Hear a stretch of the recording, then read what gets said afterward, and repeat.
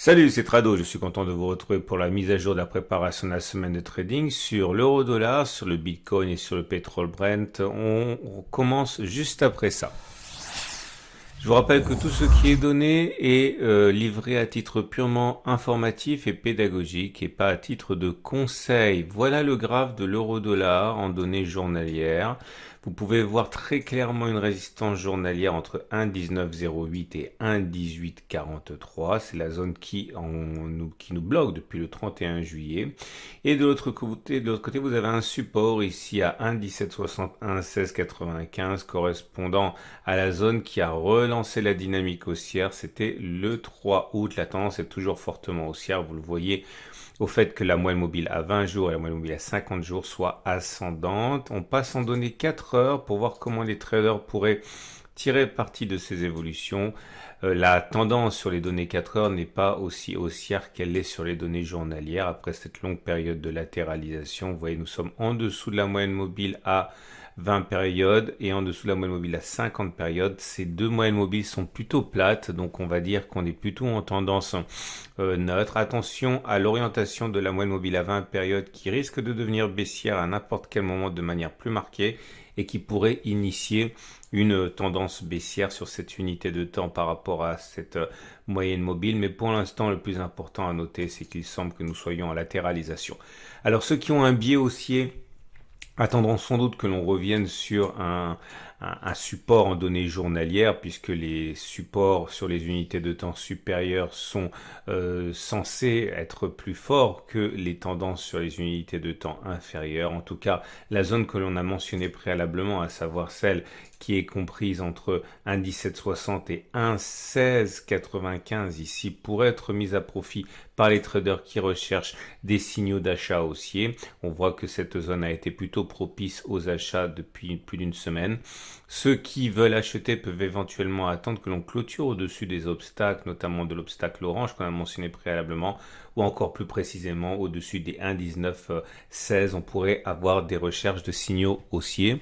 Ceux qui ont plutôt un biais baissier attendent un échec sur toujours la même zone orange ici, qui est une zone de résistance tracée sur les unités de temps supérieures et qui est donc susceptible de pouvoir s'imposer à la tendance de plus court terme qui est pour l'instant neutre. On le voit, c'est une zone qui a déjà été exploitée par les baissiers tout au long de la semaine dernière.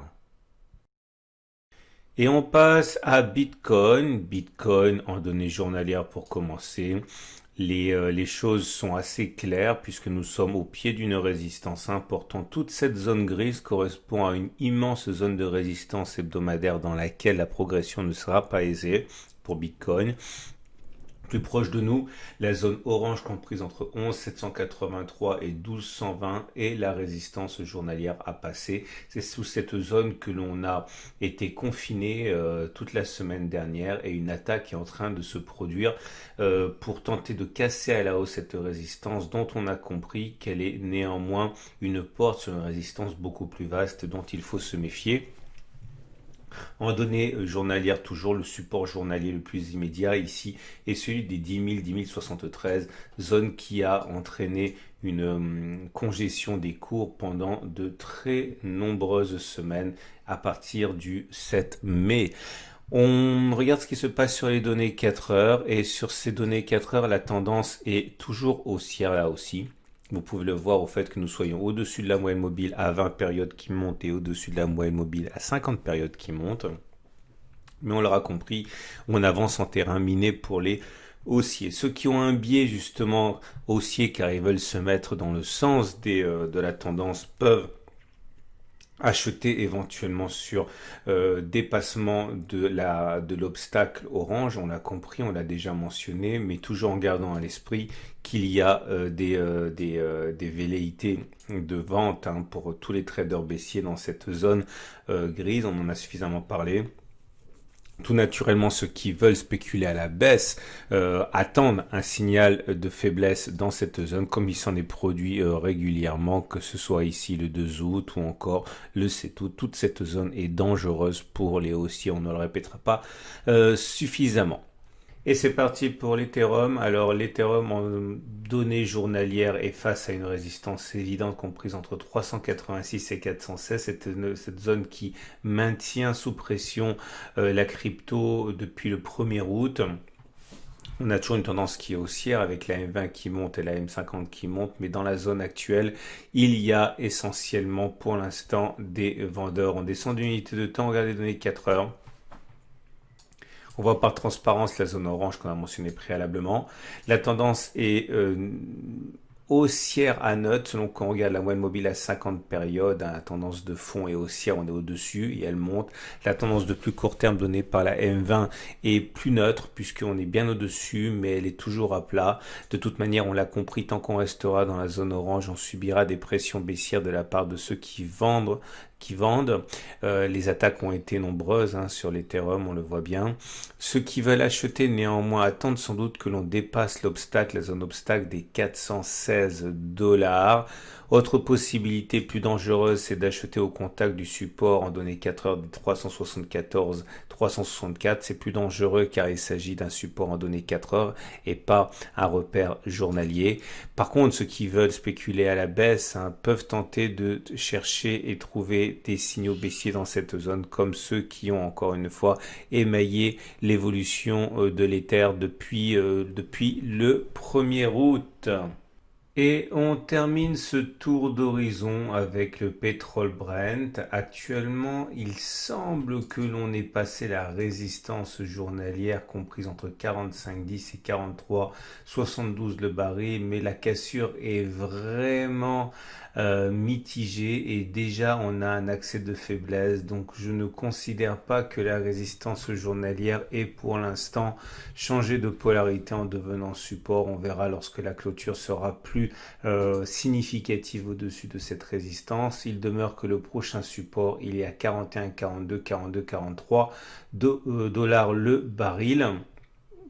Et on passe aux données 4 heures. Et en données 4 heures, nous avons une situation qui est marquée par une tendance mollement haussière. On est au-dessus de la M50 qui monte, mais en dessous de la M20 qui monte. Donc la tendance de fond est haussière, mais la tendance de plus court terme est neutre. Ceux qui ont un biais haussier attendent sans doute que l'on arrive à s'extirper au-dessus de la zone obstacle des 42,29, 46,06 le baril ici. Autre solution pour ceux qui ont un biais plutôt baissier, attendre à ce que l'on assiste à un aveu de faiblesse, un échec sur cette résistance des 45,12, 43,72 dont le statut est mitigé car il se peut que cette zone ait déjà changé de polarité, mais en tout cas, certains sans doute seront ravis de saisir des signaux baissiers sur cette zone. De la même manière que ceux qui pensent que la résistance journalière, du fait de la cassure même symbolique, seront peut-être ravis de saisir des signaux haussiers sur cette zone. Voilà, je vous souhaite une excellente journée. Je vous invite à regarder à la fin de cette vidéo l'analyse technique et la préparation de la semaine de trading sur les indices France 40, Allemagne 30, Wall Street, US Texan, et également la tendance de moyen terme avec une alerte qui est aujourd'hui signalée.